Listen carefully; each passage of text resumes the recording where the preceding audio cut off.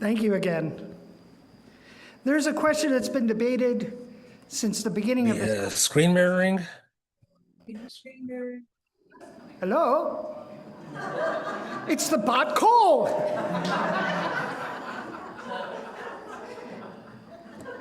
Now,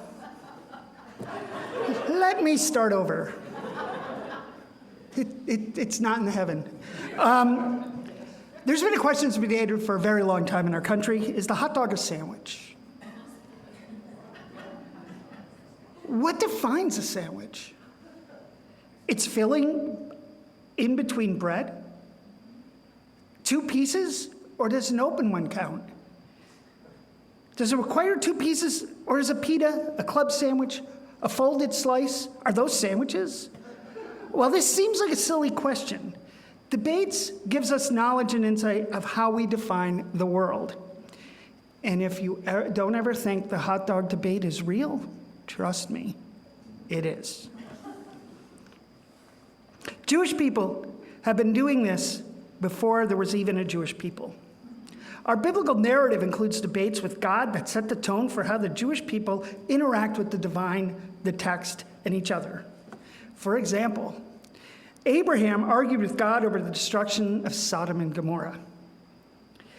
He got God to agree not to destroy the towns if they could find 10 righteous people. Sadly, there weren't enough righteous people to earn that pardon.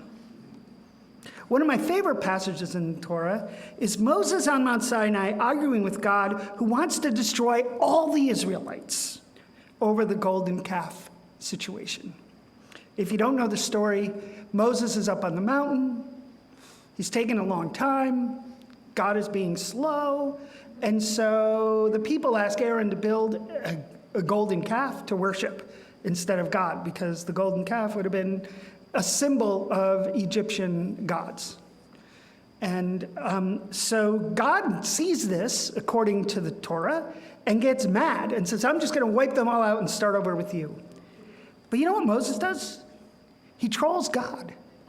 He says, hey, God, you can do that. You're cool. You can do all that. But if you do that, the Egyptians are going to laugh at you and say, you're not a real God. You just took the people out into the wilderness to kill them. And God changes God's mind. And this is an important thing to learn, because arguments can help actually people see things differently. There is a tradition of argument that has been codified in the Jewish tradition called the Talmud.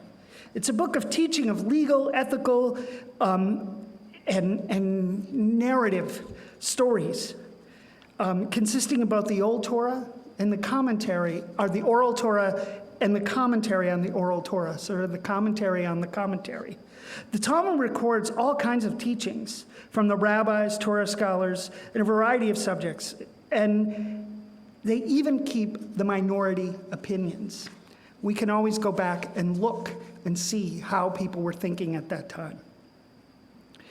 An illustration of the power of argument can be found in the history of debate in the ancient Jewish court Sanhedrin. There are 2 major schools of thought in the court in the 1st century before the Common Era. The 2 leaders were Hillel and Shammai. They often argued over points of law, each claiming to have the truth. Sometimes these sages would argue one point of law for years. But what's interesting is they stayed cordial. But it would truly be exhausting to their students to watch these arguments. And then that bat call, the divine voice came out of the heavens and said, Elu ve'elu divrei Elohim chaim. These and those are the words of the living God. But then he also picked Hillel.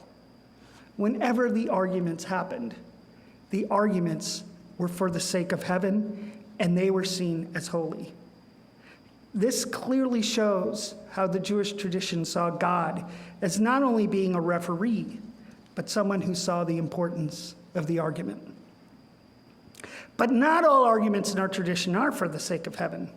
In chapter 16 in the book of Numbers, we read about Korach, a Levite, along with leaders from the tribe of Reuven, challenged Moses' leadership. He rallied 250 people to his cause. The Torah teaches that they stood before God in trial, and the earth swallowed up the leaders of this rebellion, and God destroyed all the followers. It's a really earthy book. Korach's argument was not deemed for the sake of heaven. The difference between them is worth restating in an age when argument has often degenerated in controversy and mutual hostility and delegitimization. We need to think about when we argue, how and why we argue. Rabbi Menachem Miri, a rabbi in the late 13th and early 14th century, explains this distinction. There's a difference between arguing for the sake of truth and arguing for the sake of victory. Hillel and Shammai argued for the desire to discover truth. Korach argued with Moses out of a desire to win a personal victory. Here we see the motivation for arguments play a role in the value of it. Thus, teaching how to argue is as important as what to argue. Today, disagreements for the sake of heaven are not uncommon in the rabbinic and lay world in the Jewish community.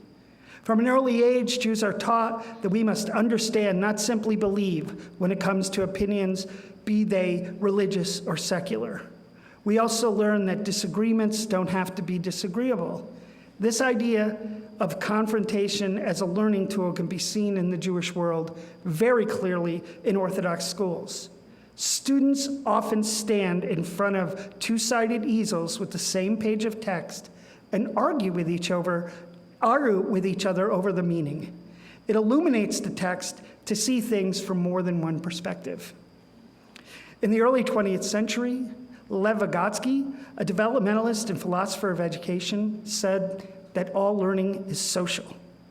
We learn best by bouncing our ideas off each other and gaining help in understanding the world around us. It makes sense that he was Jewish and my absolute favorite education philosopher. Jews even have rituals that make us challenge our stories and beliefs. The Passover Seder is one prime example. We repeat a well-known story of the Exodus from Mitzrayim, ancient Egypt, with a variety of rituals and practices. And while there are fundamental rules to what must be done and what we eat, the practice of this ritual has been changed constantly over time. And one overriding theme of the Seder that is not only allowed, but encouraged and even charged is to ask questions. This is what the Seder truly is about. It is designed to teach who we are as a people with wine, food, and story, full of heroism and not a little magic. The Jewish people carried this concept into their non-religious settings. Perhaps the most famous Jewish arguer of secular law in my lifetime was Justice Ruth Bader Ginsburg of blessed memory. Justice Ginsburg was able to argue her point often with many roadblocks in front of her, simply because she was a woman. But she never turned it into nasty arguments and made them personal. She was elevated to Supreme Court, where she developed and maintained a close friendship with her ideological opposite, the late Justice Anton Scalia. They shared social time, even traveling together when the court was not in session, and they argued points of law and culture constantly, each learning from each other, each being better at their positions for knowing the other. Ginsburg referred to Scalia as her best buddy, and when he was asked who he would prefer to be stranded on a desert island with, Scalia said Justice Ginsburg, without hesitation. The idea that Jewish people are argumentative is a stereotype, but it is rooted in truth. And we have found argument is a way not only about learning about the topic, but learning about ourselves. Nothing makes you do a self-audit more than having a fundamental belief challenged. It focuses us to seek and understand how and why we got to our conclusion and what was our goal. We also have to become vulnerable enough to accept the fact that we might be wrong and be willing to change our belief. And that is why I think disagreeing without being disagreeable is a great way to learn, and our tradition has taught that for millennia. Now let's be clear. A hot dog is in fact a sandwich, and may the heavens agree. After service at the talkback, we'll talk about the only right way to eat a cupcake. Thank you.